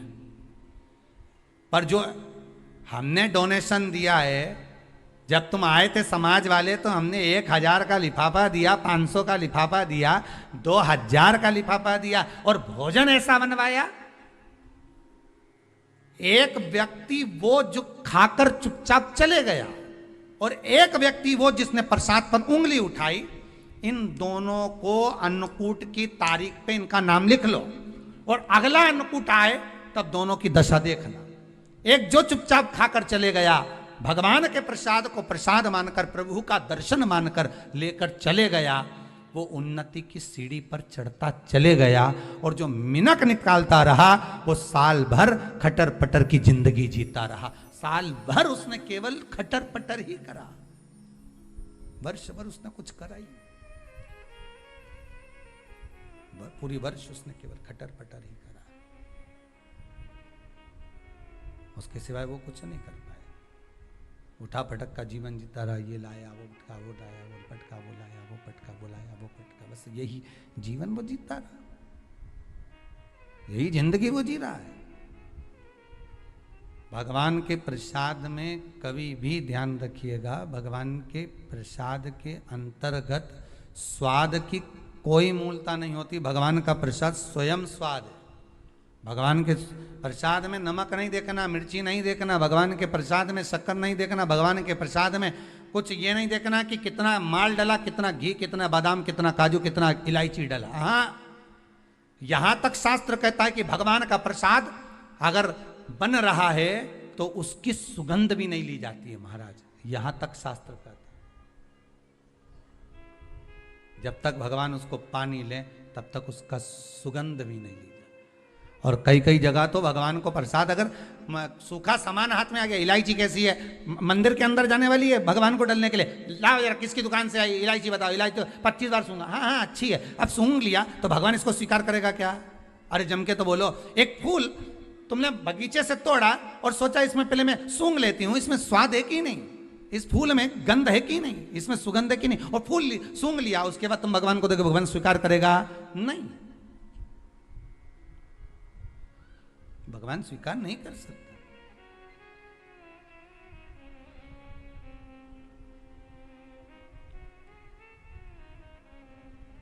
धनिया पाउडर आया सब्जी में डालने के लिए, कैसी गंध है, सूंघ लिया, अब तुम डाल दिया, वो उसका कोई स्वाद नहीं है, उसका कोई महत्व नहीं, भगवान उसको स्वीकार नहीं कर सकता, भगवान उसको स्वीकारेगा नहीं।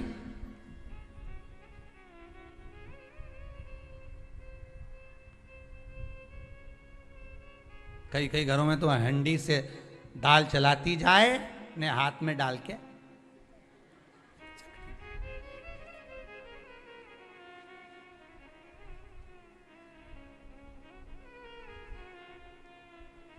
यहाँ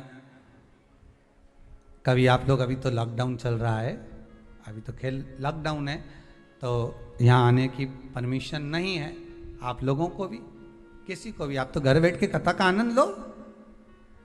पर कभी आप लोग कभी कुबेरेश्वर धाम आएंगे ना, तो यहाँ पर एक चीज़ का, जैसे जो 21-21 हज़ार रुपये जिन्होंने जमा करे हैं और आजीवन भोजन भंडारे के जो सदस्य बने हैं, जिनकी तरफ से रोज़ भोजन चलता रहता है, तो आप कभी यहाँ आकर आश्रम पर जब कभी थोड़ा सा कुछ प्रसाद मिल गया, भले खिचड़ी मिली, चाहे जरा सी सब्जी भाजी मिली, जो भी मिला आपको, रोटी सब्जी पूड़ी आदि जो मिला, उसको जब आप खाएंगे ना, तो यहाँ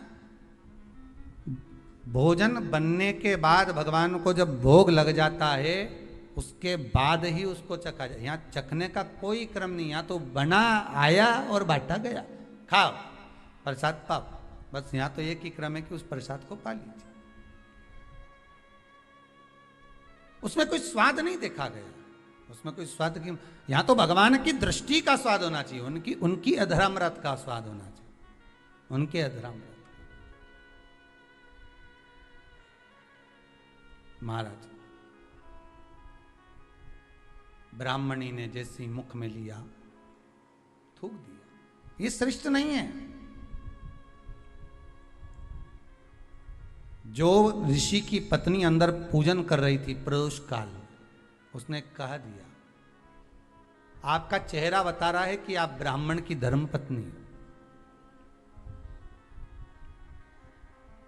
पर आज आप दर दर जाकर अगर भिक्षा मांग रही हो, दर दर जाकर अगर भीख मांग रही हो, दर दर जाकर भिक्षा को मांग रही हो, तो इसमें आपके पति का दोष नहीं है, दोष आपका है, क्योंकि आप भगवान के प्रसाद में भी जो स्वाद देखी थी ना, ये आपका एक जन्म का नहीं है, ये ना जाने कितने जन्म का है। ब्राह्मणी के मस्तिष्क में बैठ गया, ब्राह्मणी के उस वो कहा ना, वो बक्कल में नहीं अक्कल में बैठ गया कि ये स्वाद नहीं देखना।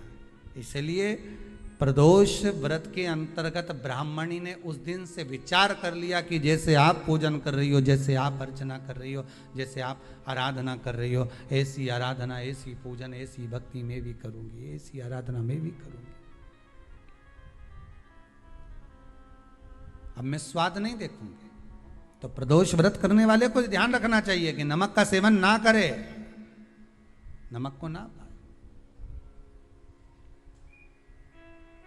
भोजन ना करे, फलाहार करिए, फल का आहार करिए, प्रयास करिए। और यदि आपने व्रत का ले लिया भोजन का कि हम तो एक टाइम फलाहार करेंगे, एक टाइम भोजन करेंगे, ऐसा भी कई लोग प्रदोष ले लेते हैं, तो वो बात आपकी है, आप तक रखो, ठीक है, अपने मन तक, ठीक है बाबा आपकी, अपने मन तक, ठीक है बाबा आपकी मनोकामना पूर्ण करे, वो भी पावर। शाम का समय हो, ब्राह्मणी रोज प्रतिदिन शंकर जी के मंदिर में शाम के समय पर जैसे ही प्रदोष आता और शिव जी के मंदिर में चली जाती। अब उसने प्रदोष का व्रत करना प्रारंभ कर दिया, शंकर की उपासना प्रदोष काल में करना प्रारंभ कर दी।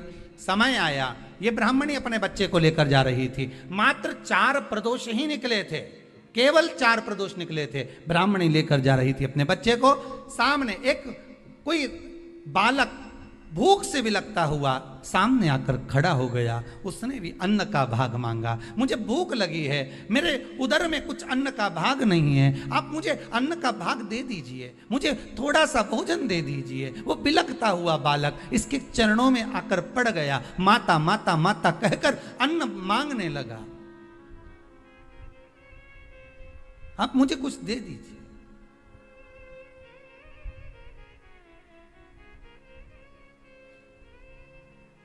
माता जो प्रसाद लेकर आ रही थी, वही प्रसाद इस बालक को दिया। आपका पिता कौन है? ध्यान नहीं। माता कौन है? ध्यान नहीं। घर ले गई ब्राह्मण उस बालक को, पाल पोस कर दोनों बच्चों को बड़ा करा।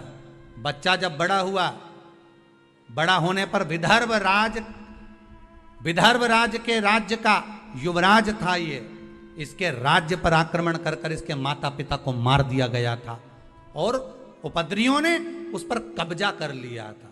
जब ये बड़ा हुआ, इसको मालूम नहीं कि मैं विदर्भ राज का बेटा हूं, बस ये तो चाह रहा था जाते जाते विदर्भ राज में प्रवेश कर कर इसने जो देखा, अपने कुछ मित्रों को एकत्रित कर कर राज्य पर आक्रमण कर दिया।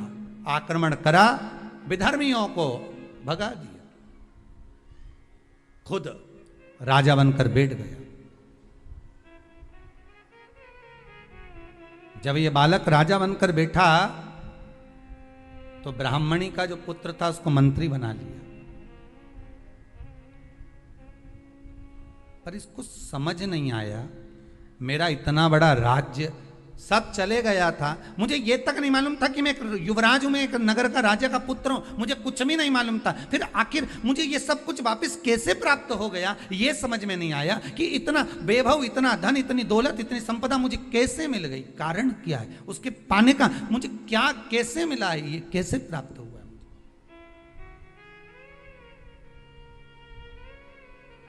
इससे पहले वाली कथा में कहा था, बहुत बड़ा दुख आए, छोटे से रूप में निकल जाए तो समझ लेना शंकर ने कृपा कर दी। बहुत दिन से काम नहीं हो रहा था, काम तुरंत हो गया, समझ लेना शिव ने कृपा कर दी। कुबेरेश्वर धाम आप आए और बाबा ने आपको बुलाया, मान लो आप आए और बाबा ने आपको बुलाया, और कुबेरेश्वर धाम से जाने के बाद, क्योंकि इस भूमि का तो नियम है, आप जहां बैठकर कथा सुन रहे हो, आस्था चैनल के माध्यम से, आप फेसबुक यूट्यूब के माध्यम से कथा श्रवण कर रहे हैं, सिंगल परिवार कथा करवा रहा, बड़े भाव से आप श्रवण कर रहे हैं कथा को। मेरा निवेदन है, जिस भाव से सुने, आप निवेदन कर कर सुने कि बाबा कुबेर भंडारी, मेरे 3 महीने के अंदर मेरी मनोकामना पूर्ण कर देना, मेरी ये कामना है, आप पूर्ण करना। तो बाबा क्यों ना करेगा, आप दिल से उसको पुकारो तो।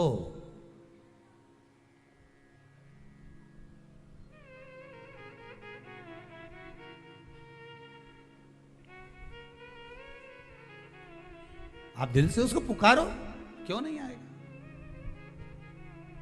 मेरे भोले तेरा सहारा है, मेरी नैया का तू किनारा है, मेरी नैया का तो किनारा है,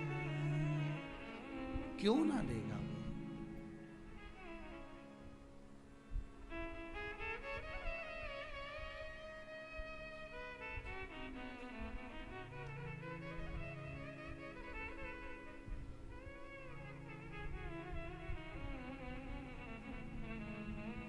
महाराज, एकादशी की मृत्यु, द्वादशी को दाग, ध्यान दीजिएगा, त्रयोदशी की खारी, जो ये राख जो समेटी जाती है, कोई समेटने जाए ना जाए, तीसरा त्रयोदशी पर अगर पड़ भी गया तो महाराज उसकी राख समेटने की जरूरत नहीं पड़ती, शंकर उसकी भस्म अपने तन पर अपने आप रपट लेता है, अपने आप। त्रयोदशी मतलब प्रदोष, प्रदोष के दिन भगवान शिव उस भस्म को अपने तन पर धारण कर लेता है, जो मिल जाए शमशान में बस शिव उसको अपने तन पर, अपने शरीर पर धारण कर रहा है शिव।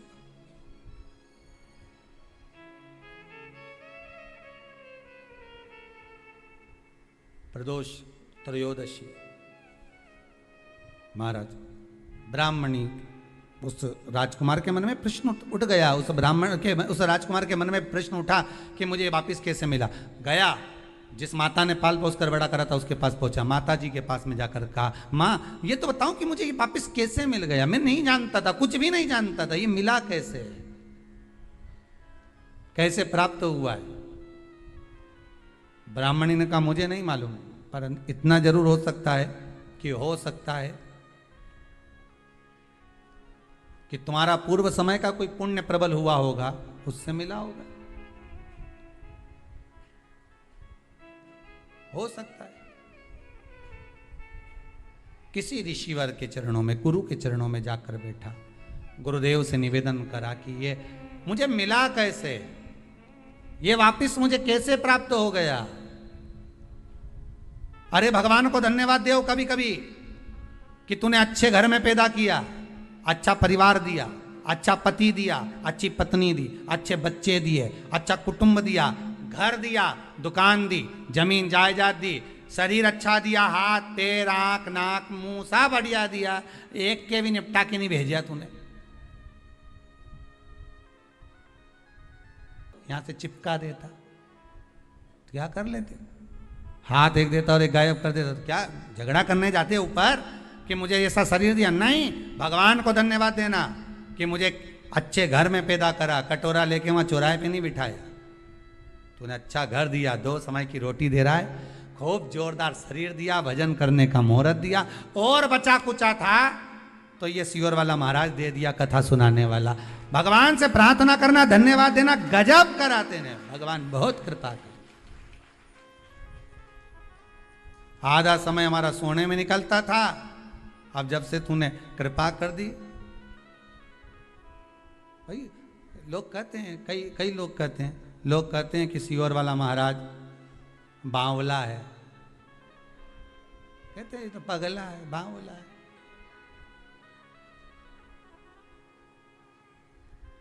भाई दुनिया के लोग तो कहते हैं कि सियोर वाला महाराज बावला है, पर लोगों को कैसे समझाऊं, कैसे कहूं कि सियोर वाला महाराज महादेव का लाडला है, इनको कैसे समझाया। अपन तो यही कहेंगे कि ये बावला कहे तो अपन समझ लो कि शंकर के लाडले, प्रमोशन है अपना। जब रामकृष्ण परमहंस जी को लोगों ने पागल कहा, चैतन्य महाप्रभु जी को लोगों ने पागल कहा, नामदेव जी को लोगों ने पागल कहा, तुकाराम जी को लोगों ने पागल कहा, मीराबाई को लोगों ने बावरी कहा, बावरी मतलब पागल, कमली मतलब पागल, दुनिया के लोग संत महात्मा साधु सन्यासी तपस्वी साधक उपासक इन सबको पागल कहते हैं। कथा बाचने वाले पागल, कथा सुनने वाले पागल, कथा करवाने वाले पागल, समझदार तो वो हैं जो कथा सुनते ही नहीं है, वो सारे समझदार जो कथा नहीं सुने, मंदिर नहीं जाए, देवालय नहीं जाए, भजन में नहीं जाए, दान पुण्य नहीं करे, स्मरण नहीं करे, वो सब समझदार। और अपन सब पागल। पागल मतलब प्रमोशन, समझदारी मतलब डिमोशन। मीरा भई रे बावरी, बावरी कितना कितना लोगों ने गाया, अपने पिया की मीरा बनी रे जोगनिया, हंसी उड़ावे सारी सारी दुनिया, मीरा बनी रे जोगनिया। लोग पागल।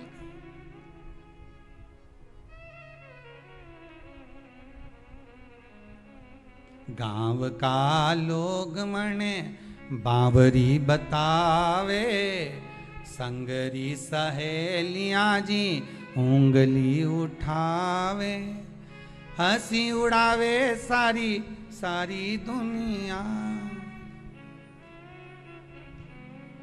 हंसी उड़ावे सारी सारी दुनिया, मीरा बनी रे जोगनिया, अपने पिया की मीरा बनी रे जोगनिया। लोग बावरी कहे, पागल कहे, मूर्ख कहे, जो कहना कहे, जो कहना कहे, वो बावरा कहते हैं। हो सकता है हम महादेव के लाडले हो रहे हो, दुनिया हंसी उड़ाए ताने दे, तुम तो बढ़िया जोरदार चोटी करके खूब नाचो, अलमस्त भगवान का भजन करो। भाई इस्कॉन मंदिर में जाकर देखना,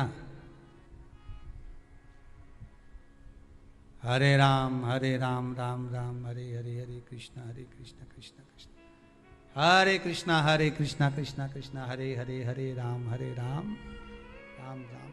खूब ऊंचा कर रहे, नाच रहे, भजन कर रहे। दुनिया के लोग उनकी मोबाइल में मूवी बना रहे कि बताओ कैसे नाच रहे, पर इनको कौन समझाए। अरे मीराबाई से भी राणा ने कहा एक जगह बैठ के क्यों नहीं भजन गाती, बार बार खड़ी हो जाके नाचने लगती है। एक जगह बैठकर भजन क्यों नहीं गाती, फिर नाचने लगती है, बार बार नाचती है। मीराबाई ने कहा राणा तुझे कैसे समझाऊं, चाय की पत्ती के डब्बे में चम्मच रखी है छोटी सी, चम्मच दब गई नीचे, निकालने के लिए हाथ मत डालो, डब्बे को उछालो, चम्मच ऊपर आ जाएगी। उसी तरह भगवान छुपा है अंदर, थोड़ी देर नाच लो, निकल कर बाहर आ जाता है। उसको पाने का तरीका है, उसको प्राप्त करने का तरीका है। पर लोग कहें ये पागल, ये बावरी कहे तो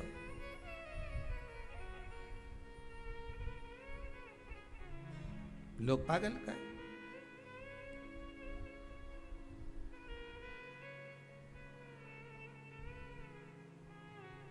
देखो साधारण भाषा में हरियाणी में कहते ना, नी में कमली होली, नी में कमली होली,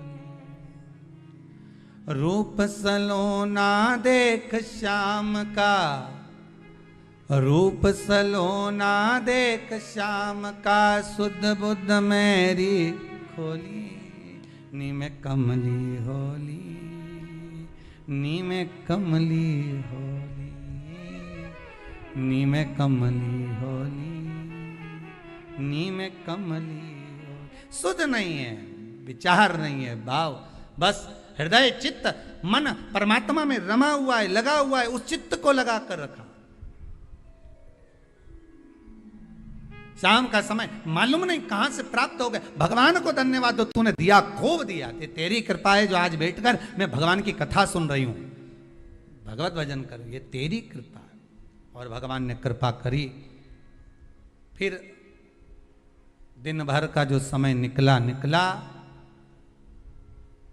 उस ब्राह्मणी से बच्चे ने जब पूछा तो उसने कहा मैं क्या करूं और अच्छा करने के लिए, तो ब्राह्मणी के मुख से निकल गया प्रदोष का व्रत कर ले, प्रदोष काल में जाकर भगवान शंकर की आराधना कर, शिव मंदिर में जाकर अर्चना कर, प्रदोष काल में जाकर शंकर को नमन कर। भी करता तो प्रदोष काल में जाकर शंकर के मंदिर में एक घृत का घी का दिया लगा दे। आपको पहले भी कहा है, तुम्हारी भगवान से अगर बैर है, भगवान के मंदिर नहीं भी जाना चाहते तो भगवान की चौखट पे ही दिया लगा दो, पर लगाओ। शाम के समय पर प्रदोष काल में बेलपत्री के पेड़ के नीचे, चाहे शंकर के मंदिर के दरवाजे पर या शिव मंदिर में, अगर आप प्रदोष के दिन दिया लगाते हो, सोमवार के दिन दिया लगाते हो, तो ऐसा कोई व्यक्ति नहीं जिसको मेरे देव अधिदेव महादेव मेरा विश्वनाथ भंडार नहीं भरता हो, खाली नहीं छोड़ेगा, दे देगा, भंडार भर देगा,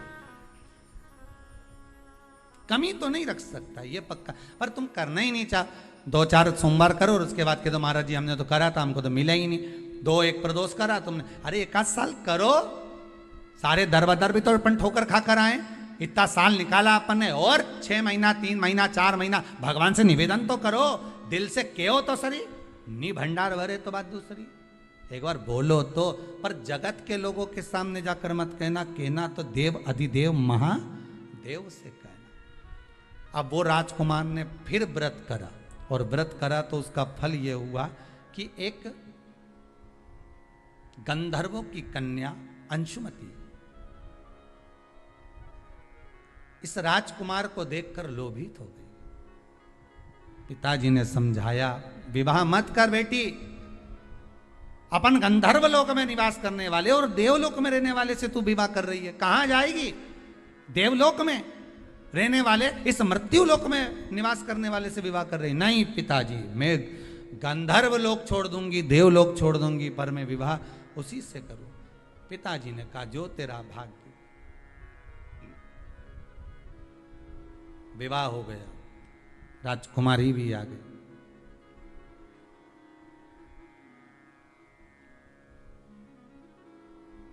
इसका चित्त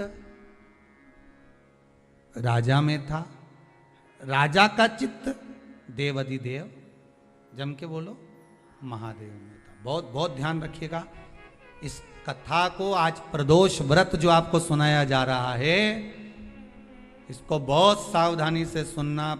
पति से पूछ लेना कि आप मंदिर चल रहे हो, मैं जा रही हूं।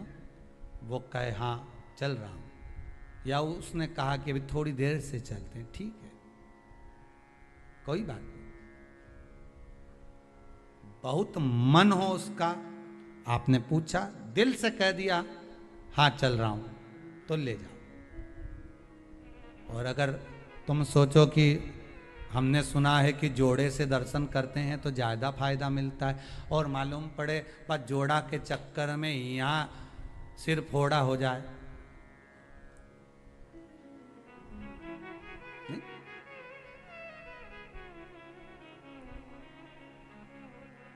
हो सकता है जोड़े के चक्कर में सिर फोड़ा हो जाए।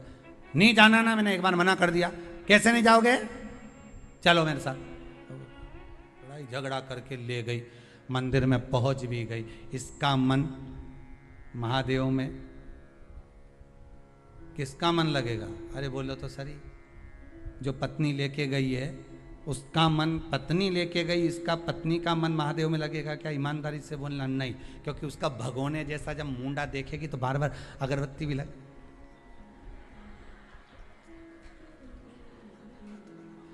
प्रेम से पल्लू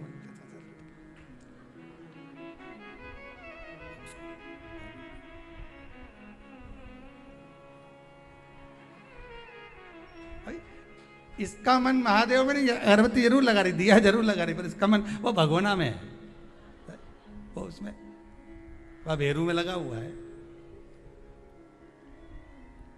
मन लगे ही नहीं, वो लगा है। और उसका मन किस में लगा है? आ तो गया, उसका मन किस में लगा है? महादेव में। इनके चक्कर में आया, इसका उसमें, उसका इसमें लगा है। कौन से महाराज ने बताया था इसको प्रदोष का व्रत? शंकर जी से पूछ रहा, और शंकर जी बोल रहे सीवर वाला बताया, आकर बोल दे, मान लो। ये सबसे पहला टिकट यहीं का कटाएगा। कहाँ जाना था? कि सीवर जाना, कुबेरेश्वर महादेव, वहीं मिलेगा वो। अभी ढेर सारे ढूंढ रहे होंगे काली मिर्ची वाले महाराज। अब रे का, अरे भाई शंकर की उपासना करो, भगवत भजन का रस तत्व ग्रहण करो, जीवन में उतारो शंकर की चरित्र को, शिव महापुराण के उस पावन चरित्र, इसका चित्र